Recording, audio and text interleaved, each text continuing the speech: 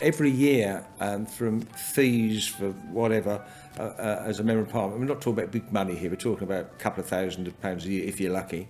And over my 18 years as an MP, I'd put it towards various good causes, as I would call them. And I decided that my next and final good cause was going to be a statue of the Taylor sisters, Twinkle, Twinkle, Little Star. So I'd started to raise money in around 2013, something that I would guess. And so when I lost my seat in 2015, I've got to raise the money. I started out on this dream. Clearly I had more time on my hands, and how could I raise the money? Well, I thought I'd start with heritage tours.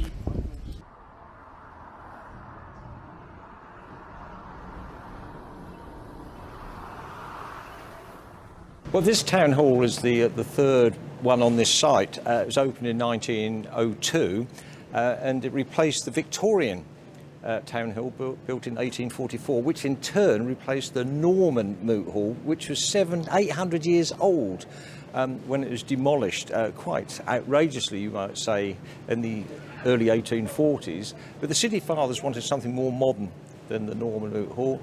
They built the Victorian town hall. It was not a particularly well-built building, and by the end of the 19th century they decided they needed something more in keeping with a prosperous, thriving town. McDonald's, which is not normally on a heritage tourist guide, and I bet this is the only McDonald's that features on a heritage tour anywhere in the country.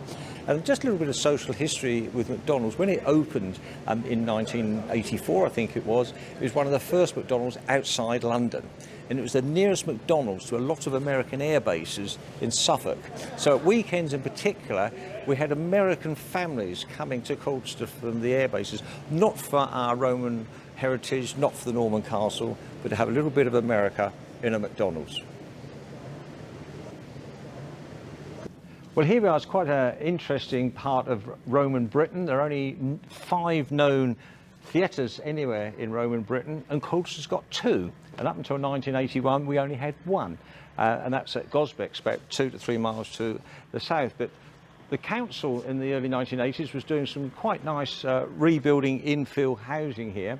And there's going to be a pair of 70-detached houses here. But when they started to do the footings, they came across Roman remains. Well, in Colchester, always come across Roman remains, but they realised quite quickly this was not just any old Roman remains, this was actually another Roman theatre. So they abandoned the plans for housing, so 1 flat upstairs, and they kept the ground floor here with the remains, just 1 corner of a theatre that accommodated 3,000 spectators. That's 6 times as many as today's Mercury Theatre.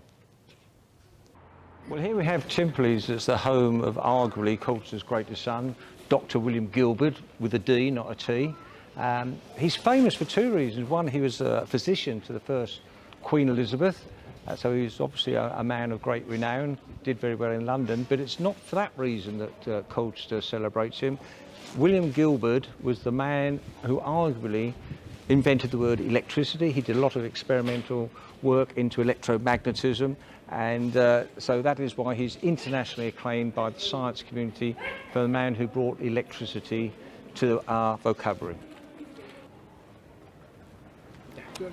So here we have the largest Norman castle they ever built in this country, in France, in the Holy Land.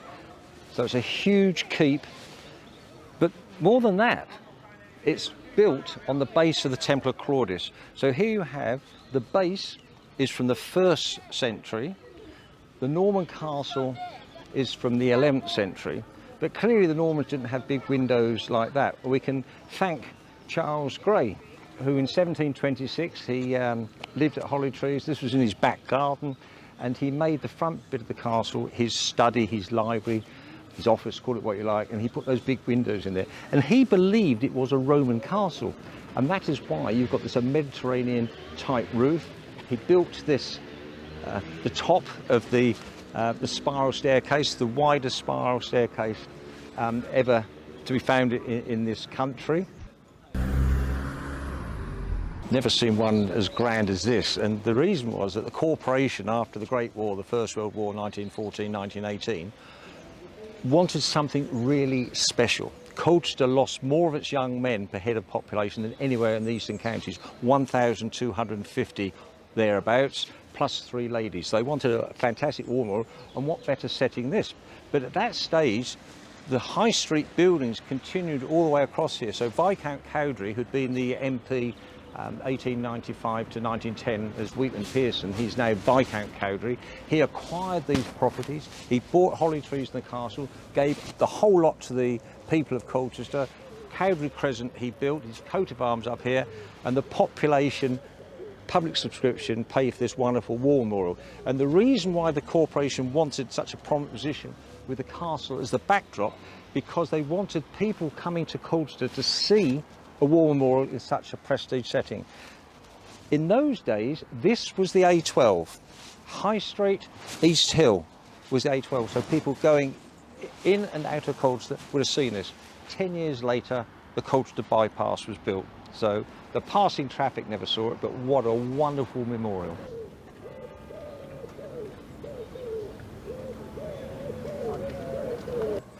Well, what is now 2 houses across the road, in 1806, when the Taylor family lived there, that was just one house.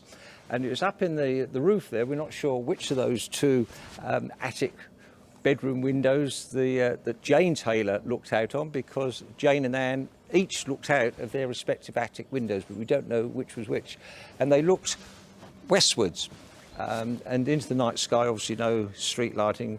So they saw the night sky, and that gave Jane the inspiration to write a children's nursery rhyme of 5 verses, but we only know the first one. And what happened was, many years later, we don't know who, why or when, took the first verse of Jane's poem The Star and put it to an existing French folk tune to give us the nursery rhyme we know around the world today as Twinkle, Twinkle, Little Star. And it's from one of those attic windows the inspiration came.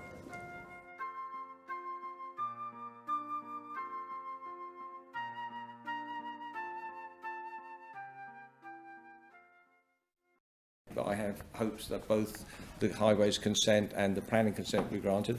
I will then need to raise something in the region of £80,000. I passionately believe that the Twinkle Star statue will be a tourist attraction for Colchester on a level, I like to think, the same as that of the Little Mermaid in Copenhagen. That's my hope. More people have heard of Twinkle, Twinkle, Little Star than any other nursery rhyme. So I don't think that's an impossible dream that would happen.